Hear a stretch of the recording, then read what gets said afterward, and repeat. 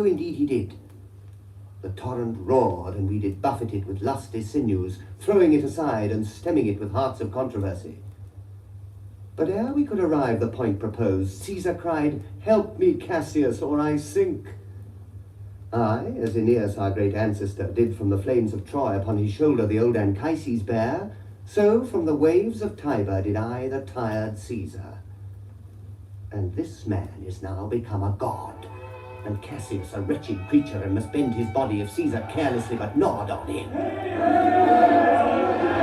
Now, General Shot, I do believe these applauses are for some new honours that are heaped on Caesar. Ay, man, he doth bestride the narrow world like a colossus, and we petty men walk under his huge legs, and peep about to find ourselves dishonourable graves. Men at some time are masters of their fates. The fault, dear Brutus, is not in our stars, but in ourselves that we are underlings. Brutus and Caesar, what should be in that Caesar? Why should that name be sounded more than yours? When could they say till now that talked of Rome, that her wide walks encompassed but one man? Now is it Rome indeed, and room enough when there is in it but one only man. Oh, you and I have heard our fathers say there was a Brutus once that would have booked the eternal devil to keep his state in Rome as easily as a king. That you do love me, I am nothing jealous. What you would work me to, I have some aim. How I have thought of this, and of these times, I shall recount hereafter. For this present, I would not so, with love I might entreat you, be any further moved. What you have said, I will consider. What you have to say, I will with patience hear, and find a time both meet to hear and answer such high things. Till then, my noble friend, chew upon this. Brutus had rather be a villager than to repute himself a son of Rome under these hard conditions as this time is like to lay upon us. I am glad that my weak words have struck but thus much show of fire from Brutus. The games are done, and Caesar is returning. As they pass by, pluck Casca by the sleeve, and he will, after his sour fashion, tell you what hath proceeded worthy note today. I will do so. Look you, Cassius, the angry spot doth glow on Caesar's brow, and all the rest look like a chidden train. Calpurnia's cheek is pale, and Cicero looks with such ferret and such fiery eyes as we have seen him in the Capitol, being crossed in conference by some senators. Casca will tell us what the matter is. Antonius, Caesar? let me have men about me that are fat, sleek-headed men, and such as sleep o' nights. Yon Cassius has a lean and hungry look, he thinks too much. Such men are dangerous. Fear him not, Caesar, he's not dangerous, he is a noble Roman and well-given. Would he were fatter. But I fear him not. Yet, if my name were liable to fear, I do not know the man I should avoid so soon as that spare Cassius. He reads much, he is a great observer, and he looks quite through the deeds of men. He loves no plays, as thou dost, Antony. He hears no music. Seldom he smiles, and smiles in such a sort as if he mocked himself and scorned his spirit that could be moved to smile at anything. Such men as he be never at heart's ease, whiles they behold are greater than themselves, and therefore are they very dangerous. I rather tell thee what is to be feared than what I fear, for always I am Caesar. Come on my right hand, for this ear is deaf, and tell me truly what thou thinkst of him.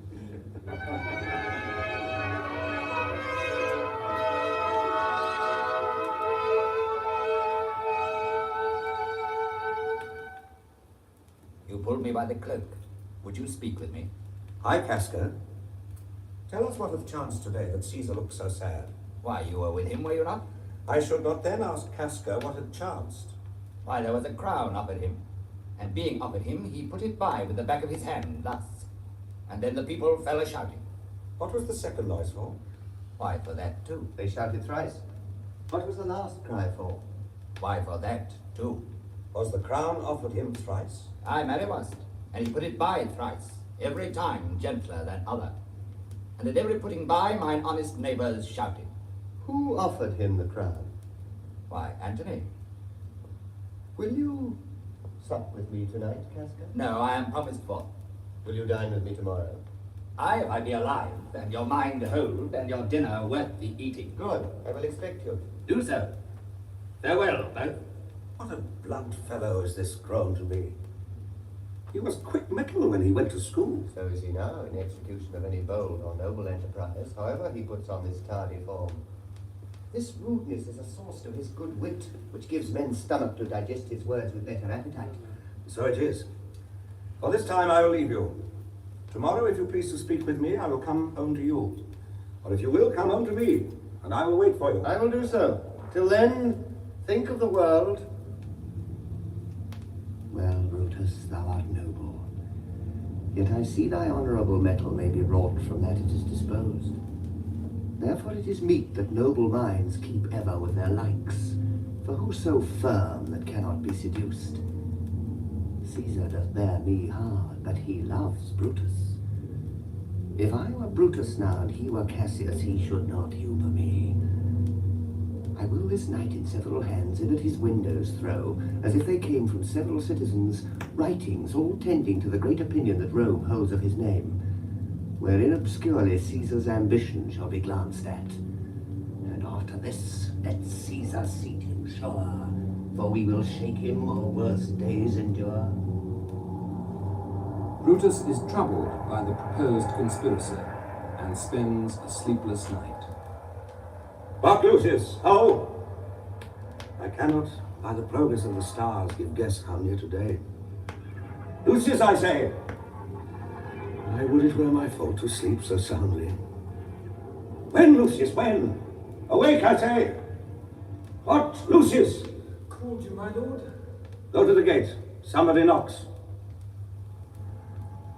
Since Cassius first did wet me against Caesar, I have not slept. Between the acting of a dreadful thing and the first motion, all the interim is like a phantasma or a hideous dream. The genius and the mortal instruments are then in council, and the state of a man, like to a little kingdom, suffers then the nature of an insurrection. Sir, it is your brother Cassius at the door who doth desire to see you. Is he alone? No, sir, there are more with him. Do you know them? No, sir. Their hats are plucked about their ears, and half their faces buried in their cloaks, but by no means I may discover them by any mark of favour. Let him enter. They are the faction.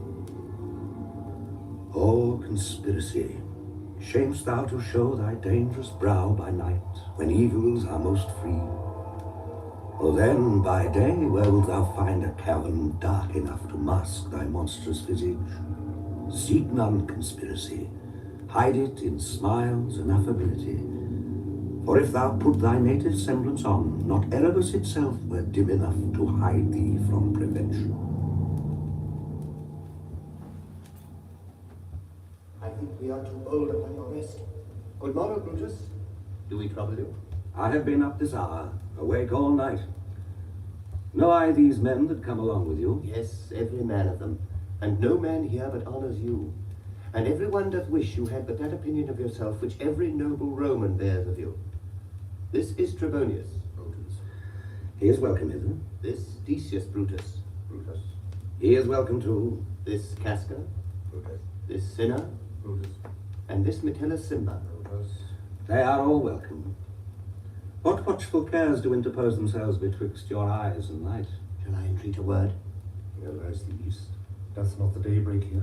No. Oh, pardon, sir, it doth, and yon grey lines that fret the clouds are messengers of day. Give me your hands all over, one by one. And let us swear our resolution. Shall no man else be touched, but only Caesar? Decius well urged. I think it is not meet Mark Antony, so well beloved of Caesar, should outlive Caesar.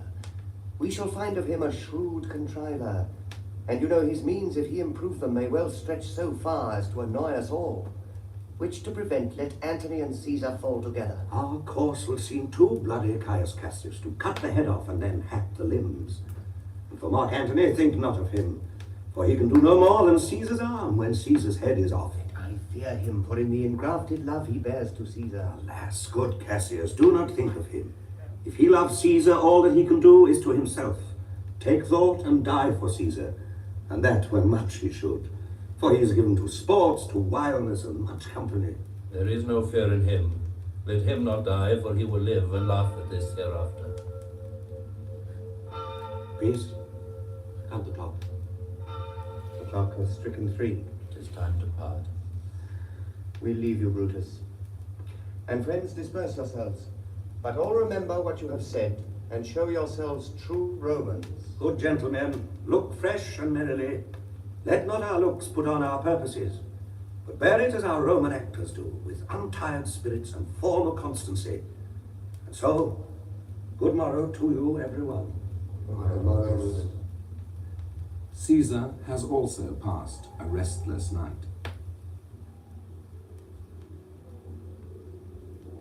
Nor heaven nor earth have been at peace tonight. Thrice hath Calpurnia in her sleep cried out, "Help, ho, they murder Caesar." Who's within? My lord? Go, bid the priests do present sacrifice and bring me their opinions of success. I will, my lord. What mean you, Caesar? Think you to walk forth? You shall not stir out of your house today. Caesar shall forth. The things that threatened me now looked but on my back. When they shall see the face of Caesar, they are vanished. Caesar, I never stood on ceremonies, yet now they fright me. There is one within, besides the things that we have heard and seen, recounts most horrid sights seen by the watch.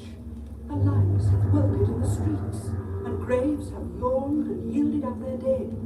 Fierce fiery warriors fight upon the clouds, in ranks and squadrons, a right form of war, which drizzled blood upon the Capitol. The noise of battle hurtled in the air. Horses did neigh, and dying men did groan, and ghosts did shriek and squeal about the streets. Oh, Caesar, these things are beyond all use, and I do fear them. What can be avoided whose end is purposed by the mighty gods? Yet Caesar shall go forth, for these predictions are to the world in general as to Caesar. When beggars die, there are no comets seen. The heavens themselves blaze forth the death of princes. Cowards die many times before their death. The valiant never taste of death but once. Of all the wonders that I yet have heard, it seems to be most strange that men should fear, seeing that death, a necessary end, will come when it will come. Now what say the augurers? They would not have you to stir forth today. Plucking the entrails of an offering forth, they could not find a heart within the beast. The gods do this in shame of cowardice. Caesar should be a beast without a heart if he should stay at home today for fear. No, Caesar shall not. Danger knows full well that Caesar is more dangerous than he. We are two lions littered in one day, and I, the elder, am more terrible, and Caesar shall go forth. Alas, my lord, your wisdom is consumed in confidence. Do not go forth today. Call it my fear that keeps you in the house, and not your own.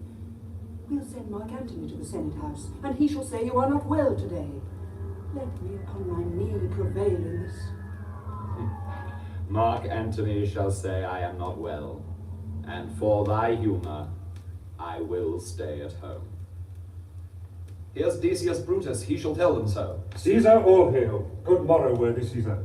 I come to fetch you to the Senate House. And you are come in very happy time to bear my greeting to the senators, and tell them that I will not come today. Cannot is false, and that I dare not, falser. I will not come today. Tell them so, Decius. Say he is sick. Shall Caesar send a lie? Have I in conquest stretched mine arm so far to be afeard to tell greybeards the truth? Decius, go tell them Caesar will not come. Most mighty Caesar, let me know some cause, lest I be laughed at when I tell them so. The cause is in my will. I will not come. That is enough to satisfy the Senate. But for your private satisfaction, because I love you, I will let you know.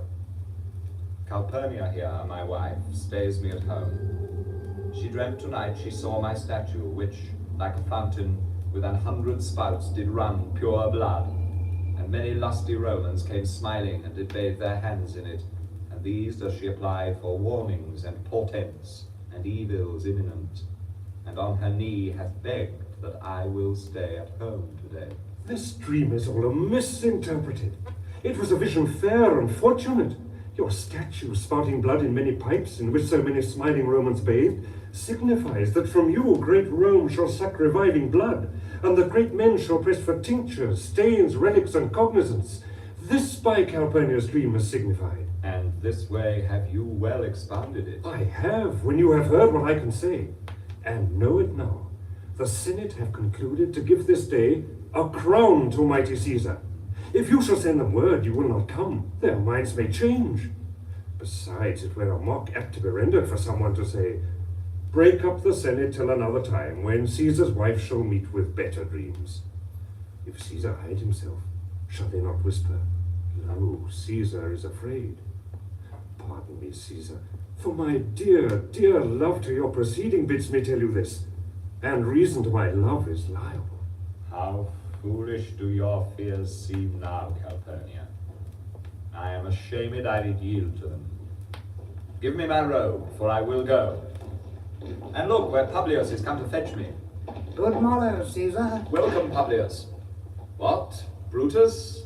Are you stirred so early too? Good morrow, Casca.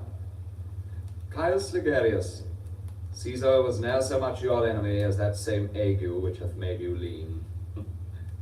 What is the clock? Caesar, 'tis struck an 8. I thank you for your pains and courtesy. See, Antony that revels long o' nights is notwithstanding up. Good morrow, Antony. So too, most noble Caesar. Bid them prepare within. I am to blame to be thus waited for. Now, Cinna, now Metellus. What, Trebonius? I have an hour's talk in store for you. Remember that you call on me today. Be near me that I may remember you. Caesar, I will. And so near will I be that your best friend shall wish I had been further. Good friends, go in and taste some wine with me. And we, like friends, will straightway go together. Caesar, having brushed aside Calpurnia's fears, goes to the Senate. The Ides of March are come. Aye, Caesar, but not God. Where is Metellus Simba? Let him go and presently prefer his suit to Caesar. He is addressed. Press near and second him. Casca, you are the first that raise your hand. Are we all ready? What is now amiss that Caesar and his Senate must redress? Most high, most mighty, and most puissant Caesar, Metellus Simba throws before thy seat an humble heart. I must prevent thee, Simba. These couchings and these lowly courtesies might fire the blood of ordinary men, and turn pre-ordinance and first decree into the law of children. Be not fond to think that Caesar bears such rebel blood that will be thawed from the true quality with that which melteth fools. I mean sweet words, low crooked curtsies, and base spaniel fawning. Thy brother by decree is banished. If thou dost bend and pray and fawn for him, I spurn thee like a cur out of my way. No, Caesar doth not wrong, nor without cause will he be satisfied. Is there no voice more worthy than my own to sound more sweetly in great Caesar's ear for the repealing of my banished brother? I kiss thy hand, but not in flattery, Caesar, desiring thee that Publius Simba may have an immediate freedom of repeal. What, Brutus? Pardon, Caesar. Caesar, pardon. As low as to thy foot doth Cassius fall to beg enfranchisement for Publius Simba. I could be well moved if I were as you. If I could pray to move, prayers would move me. But I am constant as the northern star, of whose true fixed and resting quality there is no fellow in the firmament. The skies are painted with unnumbered sparks. They all are fire, and every one doth shine. But there's but one in all doth hold his place. So in the world. 'Tis furnished well with men, and men are flesh and blood and apprehensive. Yet, in the number, I do know but one, that unassailable holds on his rank unshaked of motion, and that I am he, let me a little show it, even in this, that I was constant, Simba should be banished, and constant to remain to keep him so. Oh, Caesar! Hence wilt thou lift up Olympus? Great Caesar! Doth not Brutus bootless kneel? Speak hands on me!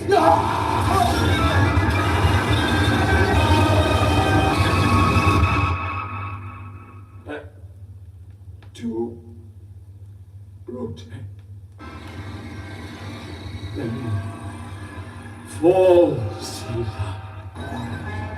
Liberty, freedom, tyranny is dead. Run hence, proclaim, cry by the streets. Sons of the common pulpits and cry out liberty, freedom, and enfranchisement. People and senators, be not affrighted.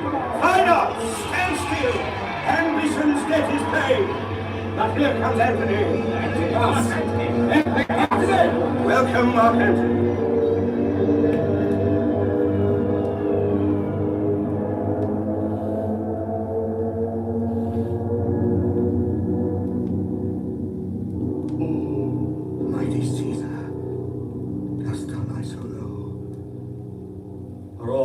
Conquest, glories, triumphs, spoils shrunk to this little measure.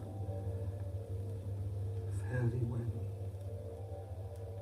Let each man render me his bloody hand. Friends, I am with you all and love you all. Upon this hope that you shall give me reasons why and wherein Caesar was dangerous. Or else were this a savage spectacle. Our reasons are so full of good regard that were you, Antony, the son of Caesar, you should be satisfied. That's all I seek. And am moreover suitor that I may produce his body to the marketplace, and in the pulpit, as becomes a friend, speak in the order of his funeral. You shall, Mark Antony. Brutus, a word with you. You know not what you do. Do not consent that Antony speak in his funeral.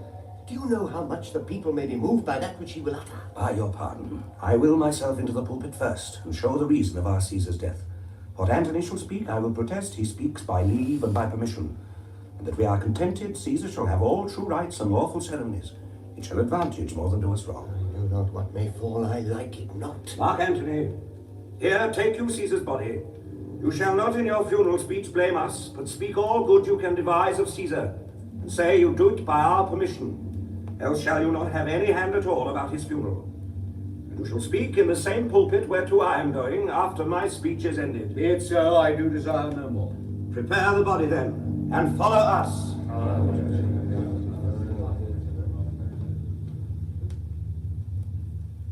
Oh, pardon me, thou bleeding piece of earth, that I am meek and gentle with these butchers.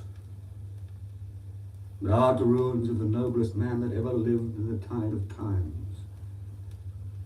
Woe to the hand that shed this costly blood. Over thy wounds now do I prophesy, which like dumb mouths do out their ruby lips to beg the voice and utterance of my tongue. A curse shall light upon the limbs of men. Domestic fury and fierce civil strife shall cumber all the parts of Italy. Blood and destruction shall be so in use, and dreadful objects so familiar, that mothers shall but smile when they behold their infants quartered with the hands of war, all pity choked with custom of fell deeds, and Caesar's spirit raging for revenge, with Arti by his side, come hot from hell, shall in these confines with the monarch's voice cry havoc, and let slip the dogs of war, that this foul deed shall smell above the earth, with carrion men groaning for burial.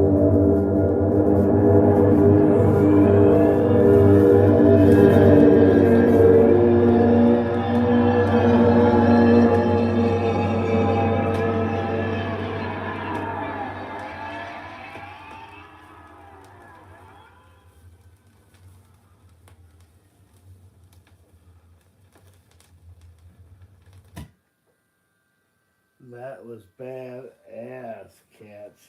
Damn. We're flipping it over.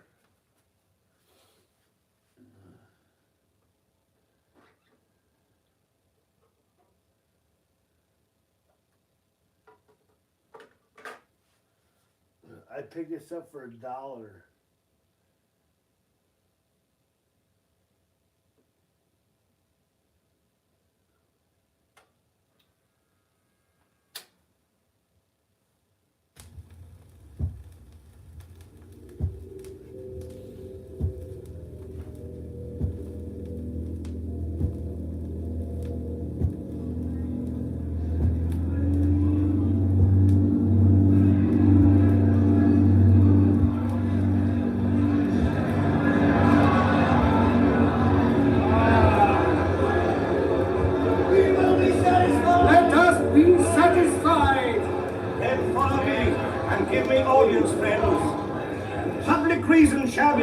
Of Caesar's death. And all the Brutus is descending, silence! Be patient to the last.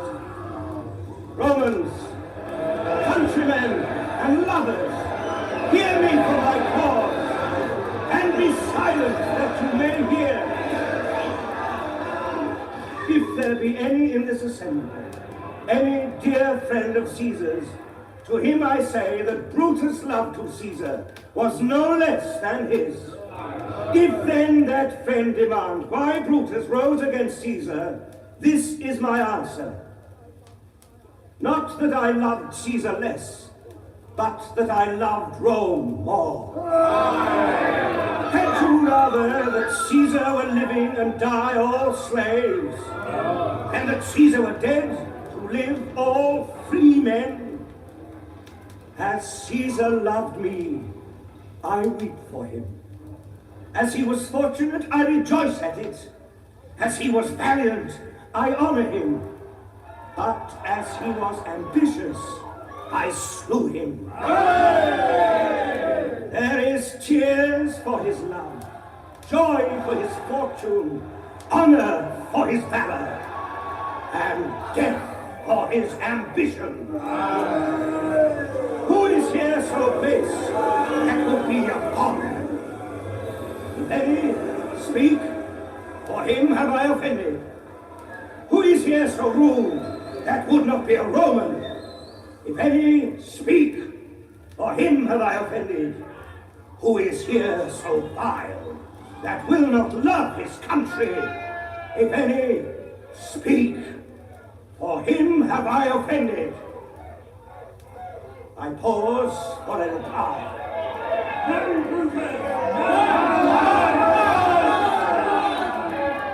And none have I offended. Here comes his body, mourned by Mark Antony, who, though he had no hand in his death, shall receive the benefit of his dying, a place in the commonwealth, as which of you shall not? With this I depart, that as I slew my best lover for the good of Rome, I have the same dagger for myself, when it shall please my country to need my death.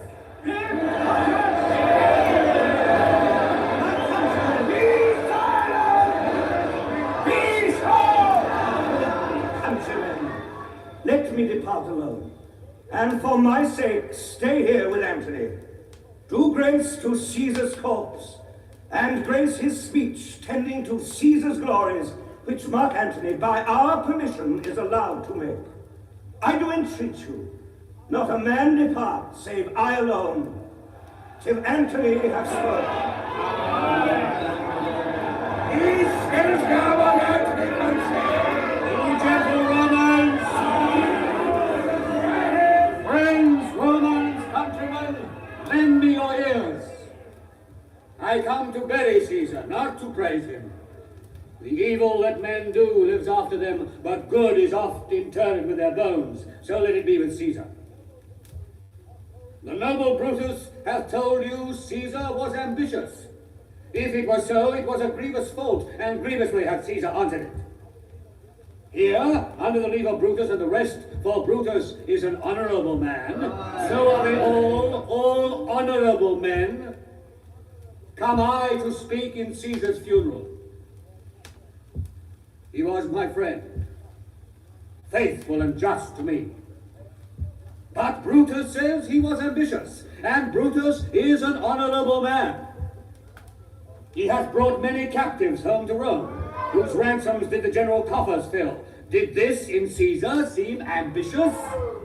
When that the poor have cried, Caesar hath wept. Ambition should be made of sterner stuff. Yet Brutus says he was ambitious, and Brutus is an honorable man. You all did see that on the Lupercal I thrice presented him a kingly crown, which he did thrice refuse. Was this ambition? Yet Brutus says he was ambitious. And sure, he is an honorable man. I speak not to disprove what Brutus spoke, but here I am to speak what I do know. You all did love him once, not without cause. What cause withholds you then to mourn for him? O judgment, thou art fled to brutish beasts, and men have lost their reason. Bear with me. My heart is in the coffin there with Caesar, and I must pause till it come out. There's not a nobler man in Rome. He begins again to speak. But yesterday, the word of Caesar might have stood against the word. Now lies he there, and none so poor to do him reverence. Oh, masters, if I were disposed to stir your hearts and minds to mutiny and rage, I should do Brutus wrong and Cassius wrong, who, you all know, are honorable men. I will not do them wrong. I rather choose to wrong the dead, to wrong myself and you, than I will wrong such honorable men. But here's a parchment with the seal of Caesar. I found it in his closet. 'Tis his will.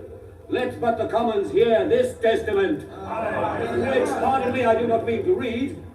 And they would go and kiss dead Caesar's wounds and dip their napkins in his sacred blood, yea, beg a hair of him for memory, and dying mention it within their wills, bequeathing it as a rich legacy unto their issue. We'll hear the will. Read it, Mark Antony! Have patience, gentle friends. I must not read it. It is not meet you know how Caesar loved you. You are not wood, you are not stones, but men. And being men, hearing the will of Caesar, it will inflame you, it will make you mad. 'Tis good you know not that you are his heirs, for if you should, oh, what would come of it? Read the will! We'll hear it, Antony! You shall read us the will! Caesar! Be patient. Will you stay a while? I have all shut myself to tell you of it. I fear I wrong the honorable men whose daggers have stabbed Caesar. I do fear it. You will compel me then to read the will? Then make a ring about the corpse of Caesar, and let me show you him that made the will. Shall I descend, and will you give me leave? I command! Room for Antony, most noble Antony! Nay, press not so upon me. Stand far off.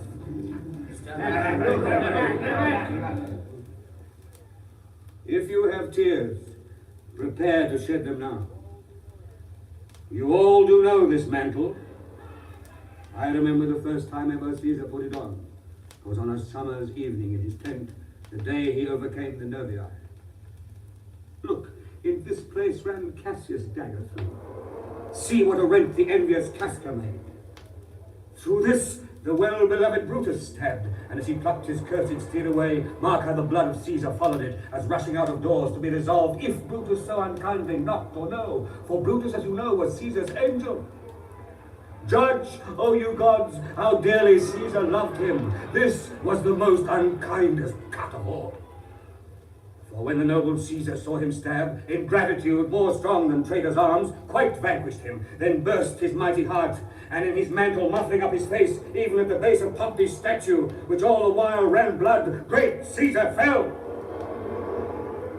Oh, what a fall was there, my countrymen. Then I, and you, and all of us fell down, whilst bloody treason flourished over us. Oh, now you weep, and I perceive you feel the dint of pity. These are gracious drops. Kind souls, what weep you when you but behold our Caesar's vesture wounded? Look you here. Here is himself, marred as you see with traitors. He will be revenged. Stay, countrymen, stay. Hear the noble Antony. We'll hear him, we'll follow him, we'll die with him. Good friends, sweet friends, let me not stir you up to such a sudden flood of mutiny.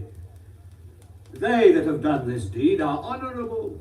What private griefs they have, alas, I know not, that made them do it. They are wise and honorable, and will no doubt with reasons answer you. I come not, friends, to steal away your hearts. I am no orator, as Brutus is, but as you know me all, a plain, blunt man, that love my friend, and that they knew full well that gave me public leave to speak of him. For I have neither wit, nor words, nor worth, action or utterance, nor the power of speech to stir men's blood. I only speak right on. I tell you that which you yourselves do know. Show you sweet Caesar's wounds. Poor dumb mouths, and bid them speak for me. But were I Brutus, and Brutus Antony, there would an Antony would ruffle up your spirits and put a tongue in every wound of Caesar that should move the stones of Rome to rise in mutiny. Away then, come, seek the conspiracy. Yet hear me, countrymen, yet hear me speak. My friends, you go to do you know not what. Wherein hath Caesar thus deserved your loves? Alas, you know not. I must tell you then. You have forgot the will I told you of. Where is the will?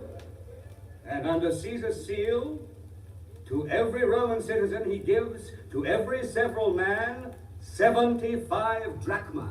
Most noble Caesar, We'll revenge his death. Liar, Caesar. Hear me with patience. Peace. Moreover, he hath left you all his walks, his private arbors and new planted orchards. On this side Tiber, he hath left them you and to your heirs forever. Common pleasures to walk abroad and recreate yourselves. Here was a Caesar. When comes such another? Never. Never. Come away. Away. We'll burn his body in the holy place. And with the brands fire the traitors' houses. Take up the body. No fire. But no wretches. But no force. Keep it down.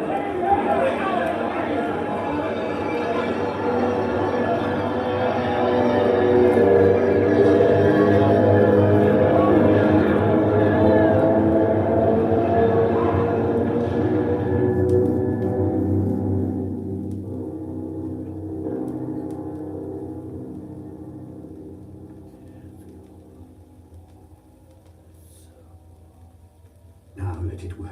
Mischief thou art afoot. Take thou what course thou wilt.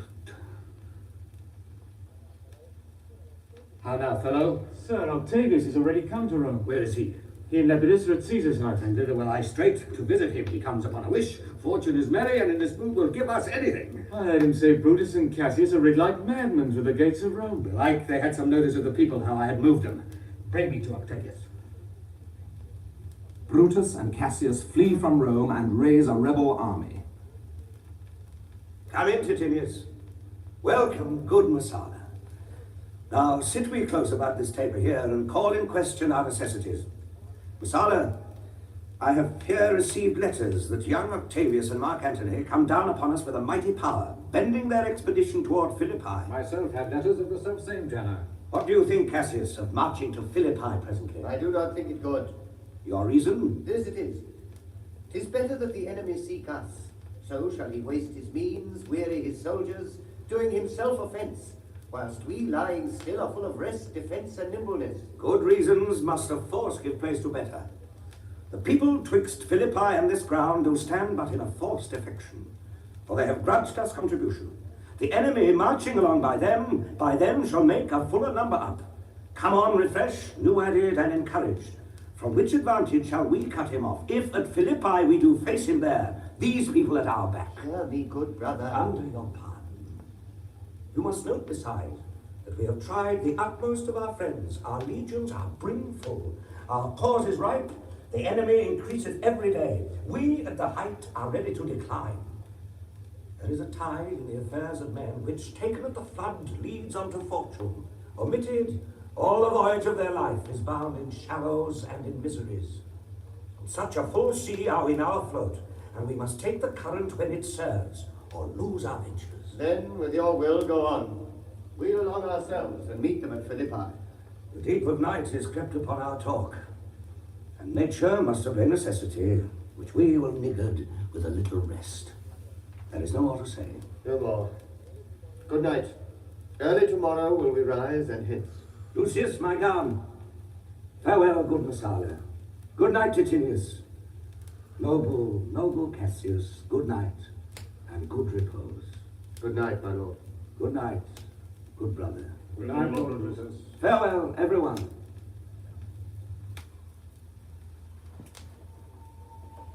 Brutus goes to bed but cannot sleep.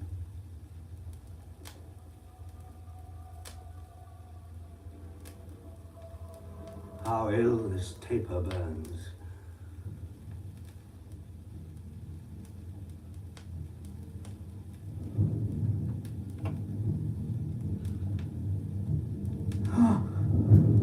Who comes here? I think it is the weakness of mine eyes that shapes this monstrous apparition. It comes upon me. Art thou anything? Art thou some god, some angel, or some devil that makes my blood cold, my hair to stare? Speak to me, a god.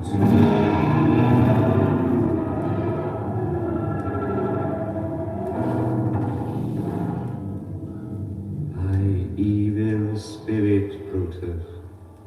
Why comest thou? To tell thee thou shalt see me at Philippi. Well, then I shall see thee again. Aye, at Philippi. I will see thee at Philippi then.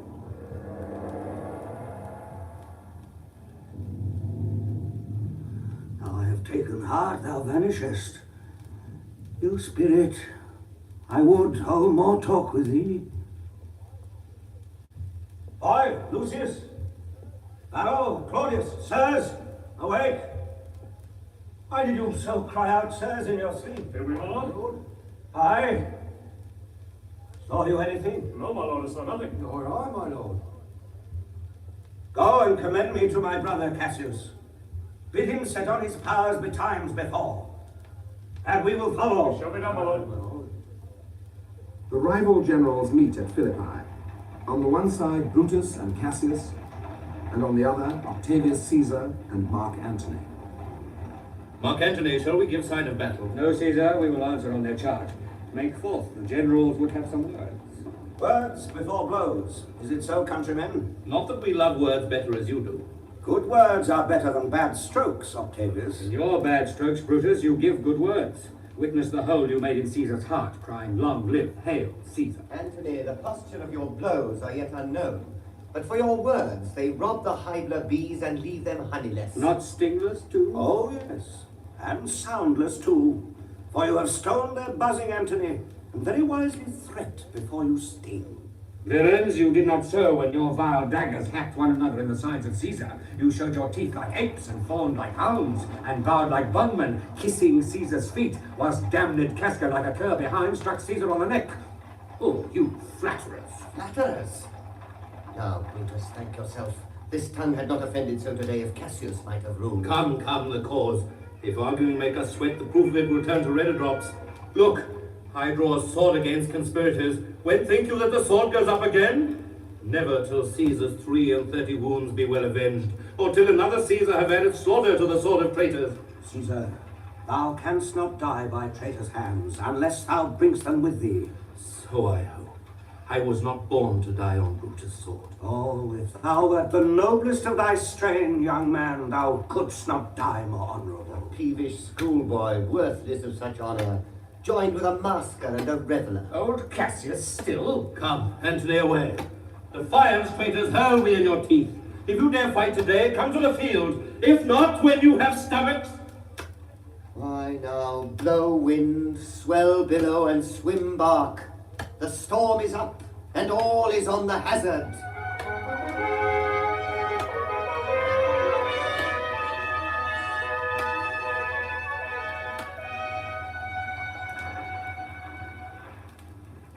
Messala. What says my general? Messala, this is my birthday, as this very day was Cassius born. Give me thy hand, Messala. Be thou my witness that against my will, as Pompey was, am I compelled to set upon one battle all our liberties. Coming from Sardis, on our former ensign, 2 mighty eagles fell, and there they perched, gorging and feeding from our soldiers' hands, who to Philippi here consorted us. This morning they are fled away and gone, and in their steads do ravens, crows, and kites fly o'er our heads, and downward look on us as we were sickly prey. Their shadows seem a canopy most fatal, under which our army lies, ready to give up the ghost. Believe not so. I but believe it partly, for I am fresh of spirit and resolved to meet all perils very constantly. Now, most noble Brutus, the gods today stand friendly, that we may lovers in peace lead on our days to age. But since the affairs of men rest still uncertain, let's reason with the worst that may befall. If we do lose this battle, then is this the very last time we shall speak together. What are you then determined to do? Even by the rule of that philosophy by which I did blame Cato for the death which he did give himself. I know not how, but I do find it cowardly and vile, for fear of what might fall, so to prevent the time of life, arming myself with patience to stay the providence of some high powers that govern us below. And then if we lose this battle, you are contented to be led in triumph through the streets of Rome? No, Cassius, no. Think not, thou noble Roman, that ever Brutus will go bound to Rome. He bears too great a mind. But this same day must end that work the Ides of March begun. And whether we shall meet again, I know not. Therefore, our everlasting farewell take. Forever and forever, farewell, Cassius. If we do meet again, why, we shall smile. If not, why then this party was well made. Forever and forever, farewell, Brutus. If we do meet again, we'll smile indeed. If not, 'tis true this parting was well made. Why then, lead on. Oh, that a man might know the end of this day's business ere it come. But it sufficeth that the day will end, and then the end is known. Come ho! Away!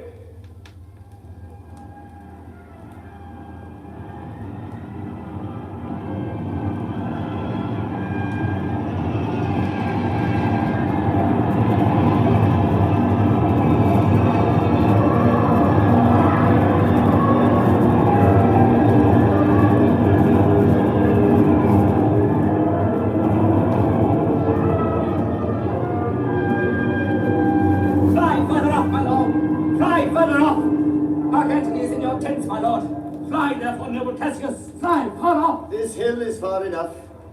Look, Titinius, are those my tents where I perceive the fire? They are, my lord. Titinius, if thou lovest me, mount thou my horse and hide thy spurs in me, till he have brought thee up to yonder troops and here again, that I may rest assured whether yon troops are friend or enemy. I will be here again, even with a thought. Go, Pindarus, get higher on that hill, my sight was ever thick. Regard Titinius, and tell me what thou knowest about the field. This day I breathe it first. Time is come round, and where I did begin, there shall I end. My life is run his compass. Sirrah, what news? Oh, my lord. What news? Titinius is enclosed round about with horsemen that make to him on the spur. Yet he spurs on. Now they are almost on him. Now Titinius. Now some light. Oh, he lights too. He's dead. And hark, they shout for joy. Come down, behold no more. Oh, coward that I am to live so long to see my best friend ta'en before my face. Come hither, Pindarus. In Parthia did I take thee prisoner, and then I swore thee, saving of thy life, that whatsoever I did bid thee do, thou shouldst attempt it. Come now. Keep thine oath, now be a free man, and with this good sword that ran through Caesar's bowels, search this bosom. No, my lord, no. Stand not to answer. Here, take thou the hilts, and when my face is covered, as 'tis now, guide thou the sword. Ah! Caesar, thou art revenged, even with the sword that killed me.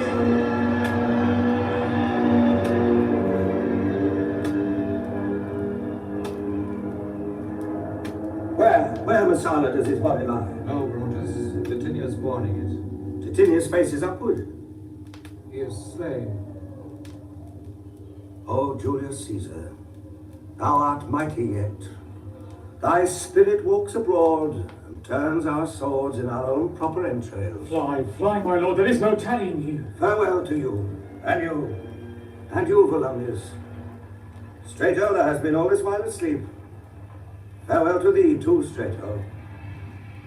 Countrymen, my heart doth joy that yet in all my life I found no man but he was true to me.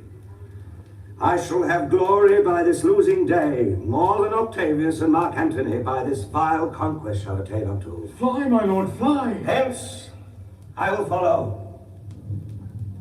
I prithee, Strato, stay thou by thy lord. Thou art a fellow of a good respect. Thy life hath had some snatch of honour in it. Hold then my sword, and turn away thy face, while I do run upon it. Wilt thou, Strato? Give me your hand first. Farewell, my lord. Farewell, good Strato. Caesar, now be still. I kill not thee with half so good a will.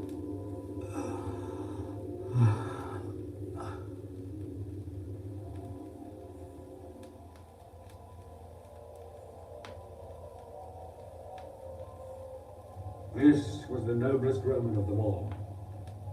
All the conspirators, save only he, did that they did in envy of great Caesar. He only, in a general honest thought and common good to all, made one of them.